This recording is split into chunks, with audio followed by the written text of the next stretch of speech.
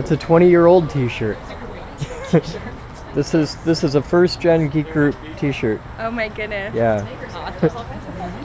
But if you're interested in one, let me know. I might be able to find one.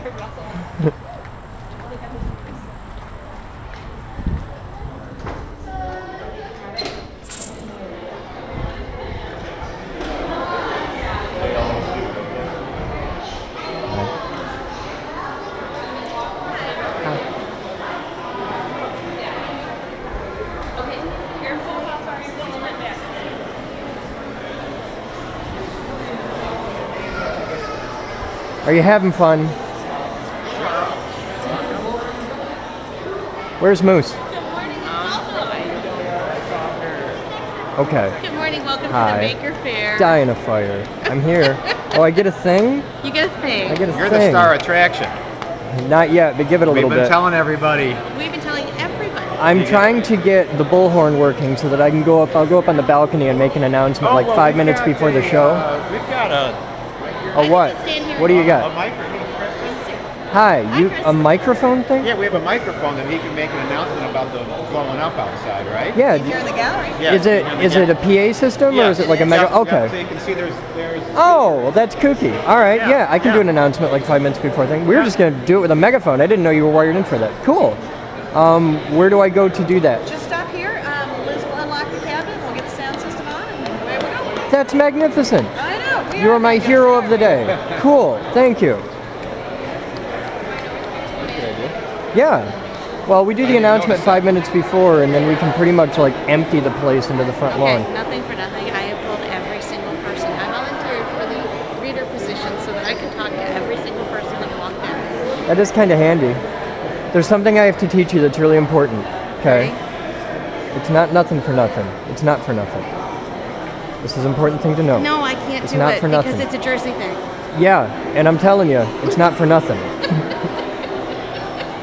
Grammar matters. You're Words not gonna mean ch- things. I know, but it's not going to change. I'll get an electroshock collar if I have to. I It worked on Batman. That's how I won his heart.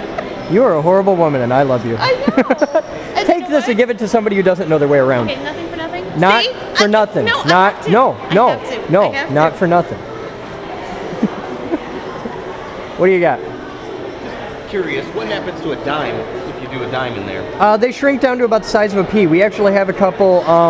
We only did it experimentally. Okay. If anybody wants one, they can stop by the lab and I can hook them up. Same price. It's not a big deal. It's just they're really rare. We only did a handful of them. Okay. So yeah. But I have the secret stash in my desk. At least I did before they moved my desk. I've got them somewhere.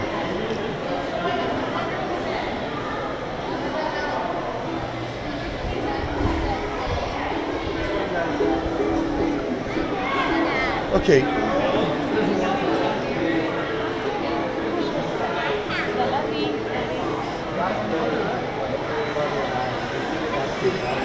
That's tight. Another fun-filled day. Good. Who made this? One of our members, Randy, Okay. has the ice place. Okay. Cool. So you have to put your handprint in. Huh? We're having everyone put our handprint over the A, so we can have a nice big handprint in at the end of the day. You're in. Do you know how many people I have to shake a hand with today? That's it'll just be cool for a second. Hi. What have you got? I've read a Comic-Con. Hey, we're at that. Oh, that is awesome. Yeah. Cool. I don't need this. I'm already going. They're going to give me one of these for that. But thank you. It was a pleasure meeting you. What? Hey. Good to see you. You're down like with the people today. That's right. This is my son, August. Hi, August. I'm Chris. This is Mr. Boden. How you doing? What's up? This is Mr. Boden. He Hi. is the president of the Geek Group. And my wife, Genevieve. It's a pleasure. Pleased to meet you. You got to bring them down for like explosions and robots and lasers and stuff. We have a new laser thing you got to see. Okay. It's cool. We have a full color diode laser setup. It does like all colors, not just one color. And I'm working on setting it up in such a way where we could do a demo on it with the planetarium. Awesome. So it's a thing. So you're actually here like not working. That's right. You're having I'm here fun as a today. civilian. Wow. I can't even imagine what that's like. Right. So we're having a blast. Well, cool. You should let him go for a ride on a horse. We'll catch up with you. All right, I got to wander up and get Kidwell. Okay.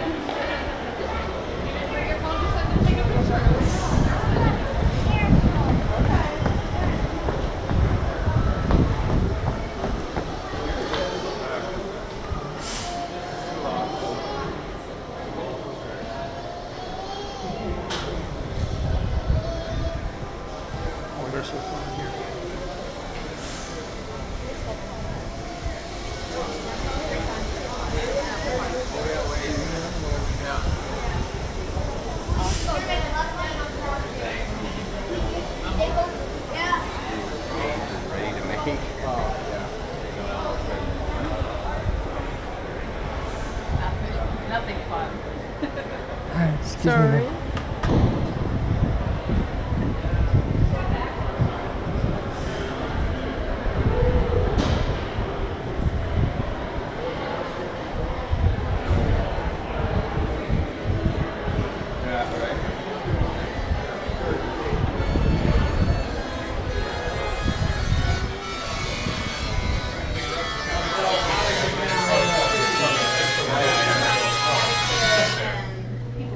So this is just, it's a plasma discharge into here now.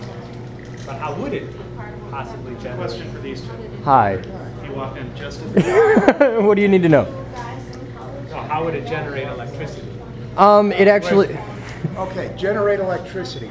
This is a demonstration of electrostatic confinement. So we're demonstrating the process of how you would get the reaction to initiate. In an actual fusion reactor, there's something called the first shield, which would absorb the energy coming off of the reaction.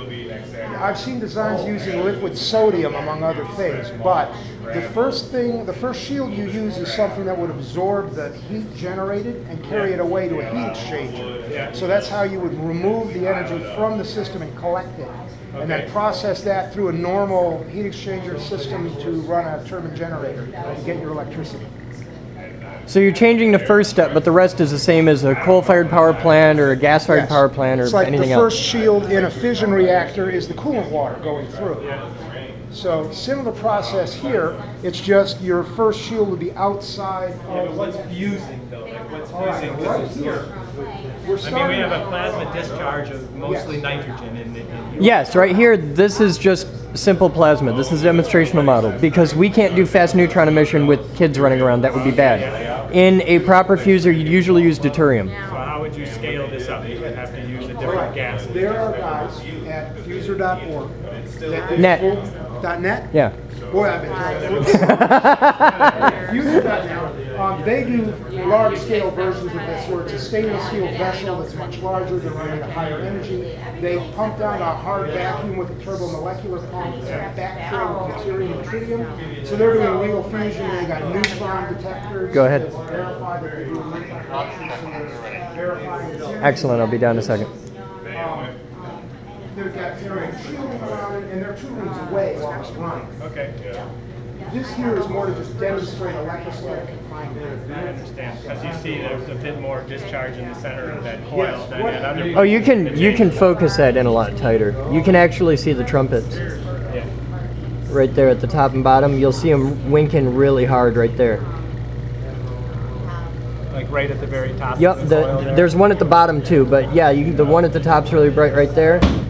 Yeah. And so when this is used as a reactor, they claim that there are enough really high impact collisions between the deuterium atoms and the glutamate. In order to fuse Yeah. I know where you're at. I know where you're at. Happened to, I never heard of it. Yeah, I think I read about this online. It's not cold fusion or any of that nonsense. Yeah. And then we drove out. Hi. You having fun? Have you gotten to see this yet? I've heard it play, but I'd like to know in the simplest way possible, how does it make the sound? Sure, that's no problem. I understand.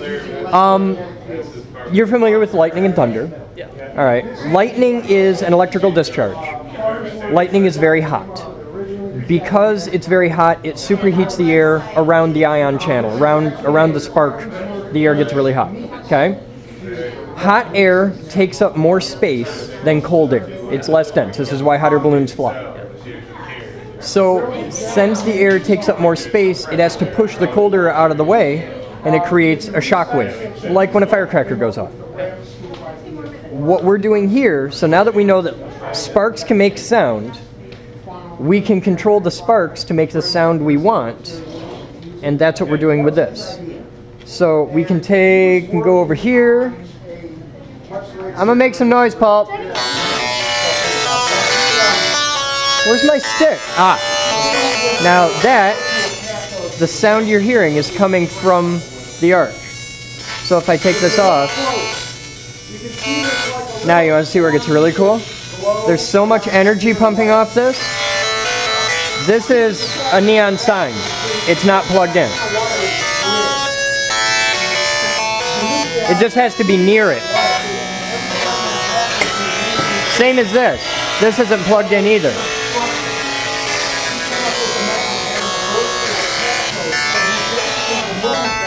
And even at 30,000 volts, you can touch it.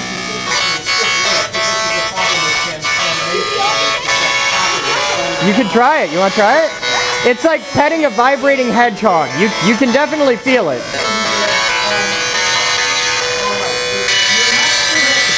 You got to get right down in there.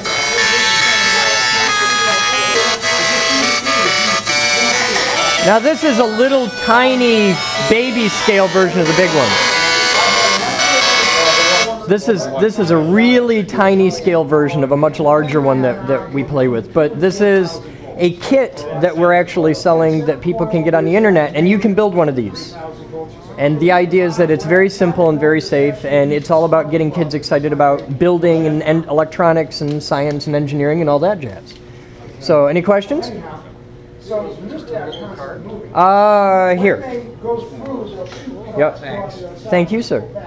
Any other questions? Cool, you guys are easy. I have a question. What? So how many volts is like a bolt of lightning? A lot. Yeah. It depends. It varies wildly. But like, is there an average? Millions. Millions. Millions. This is 30,000. This is about 30,000, give or take. How many does it start with? It starts with 120. 120. Yeah, this actually plugs in the same as your computer. It's the exact same plug on a computer. And we just plug that in right there. And then it goes to 30,000. Yep. It actually goes down to 80 and then up and around, but yeah, we end up at 30,000 volts. And we're going to be doing a demonstration in about 10 minutes outside in front, where we will show 1,800 volts and a whole lot of amps, and 100,000 volts if we can get the thing to work in the humidity. So, yeah, we'll be doing a sublimation. Yep, it happens in about 10 minutes. So it's going to be a thing. In fact, I'm headed that way now.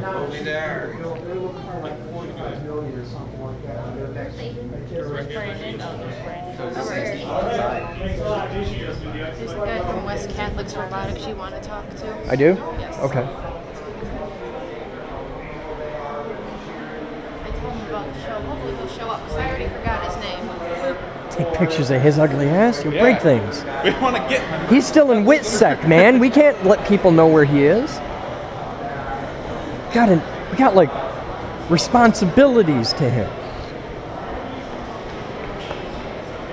In several states in the USA, it's still legal for an employer to discriminate against an employee based on sexual preference and orientation. Being gay, lesbian, or transgender is a fireable offense, and that's bullshit. So, Give me your twinks, your bears, your lipstick lesbians yearning to code PHP. Give me your dykes, your kinksters, your furries, and transgenders looking for more. Send these, the rainbowed sparkly code poets, to me. Compile with us. We don't care whom you adore.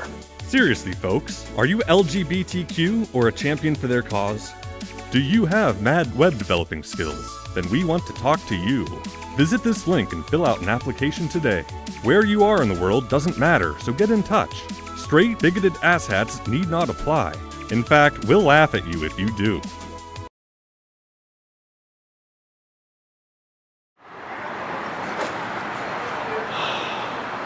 It's done. I'm very happy that it's done. It's 18:04 hours. We're loading out. Van's getting loaded. Big truck's getting loaded. Live truck's getting loaded. And there's my car. And we are packing our shit and getting out. Because, wow, it's been a show. It's been a job. And I'm glad it's over. Are you happy? Happy that we successfully got through it. Okay. We get to have tomorrow off. Yes, we're taking tomorrow off. You might get some real blog tomorrow, maybe. I don't know. If the weather doesn't suck too bad, I might go fly something. That's a high hope. Yeah, that's some real high hopes. Too windy to fly. We'll be back.